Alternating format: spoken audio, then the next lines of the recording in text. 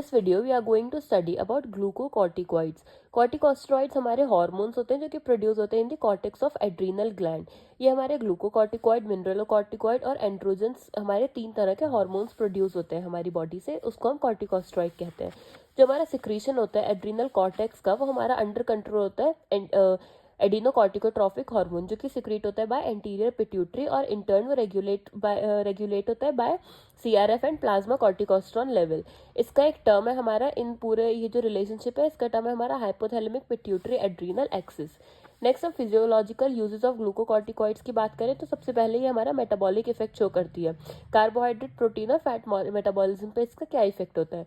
तो ग्लूकोकॉर्टिकॉइड हमारी प्रमोट करती है gluconeogenesis and glucagon deposition in liver, और ये इनहिबिट करती है peripheral utilization of glucose which will result in increased blood glucose level. हमारे प्रोटीन ब्रेकडाउन को इनहेंस करती हैं और रिड्यूस कर देती हैं मसल मास को। लिपोलिसिस प्रमोट करती हैं और redistribution of fat takes place. Next है हमारा anti inflammatory and immunosuppressive effect. ये हमारे रिड्यूस कर देती है synthesis of release of inflammatory mediators जैसे कि प्रोस्टाग्लैंडिन, जिसकी वजह से हमारा वस्कुलर चेंजेस इनहिबिट हो जाते हैं और हमारे साइंस ऑफ इन्फ्लामेशन भी इनहिबिट हो जाते हैं। फिर है हमारा इम्यूनोसप्रेसिव इफेक्ट। ये हमारा इनहिबिट करती है leucocyte function such as phagocytosis by macrophages and reduce the number of activity of certain T lymphocytes. Next है हमारा कार्डियोवास्कुलर सिस्टम। ग्लूकोकॉर्टिकॉइड हमारे रिड्यूस कर देती है कैपिलरी की परमिएबिलिटी को, thereby reducing fluid exudation and maintain tone of arterioles. Prolong use cause hypertension. Skeletal muscle में देखें तो ये हमारी ज़रूरी होती है for normal muscular activity. Central nervous system में ये हमारी नॉर्मल फंक्शनिंग के लिए बहुत ज़रूरी होती है और लार्जर डोजेस में ये इंक्रीज कर सकती है इंट्राक्रेनियल प्रेशर को। GI ट्रैक्ट में देखें तो ये इनहेंस करती है secretion of gastric acid, pepsin and stomach, और ये एग्रीवेट कर सकती हैं एसिड पेप्टिक डिजीज। फिर है हमारा कैल्शियम मेटाबॉलिज्म। ये हमारा इनहिबिट करती है एब्जॉर्प्शन और enhance excretion of calcium.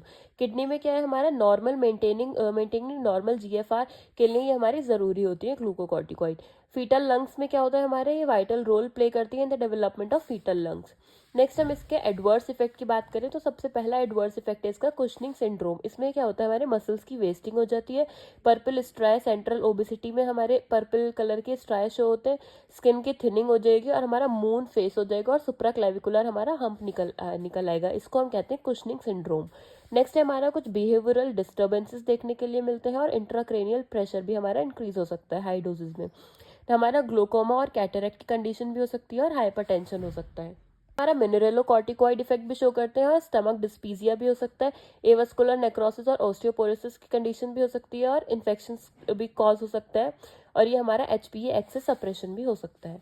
Next हम बात करते हैं pharmacological uses of glucocorticoid. Glucocorticoid हमारे नॉन एंडोक्राइन कंडीशंस में भी यूजफुल होते हैं where they are palliative value but में इवन भी लाइफ सेविंग।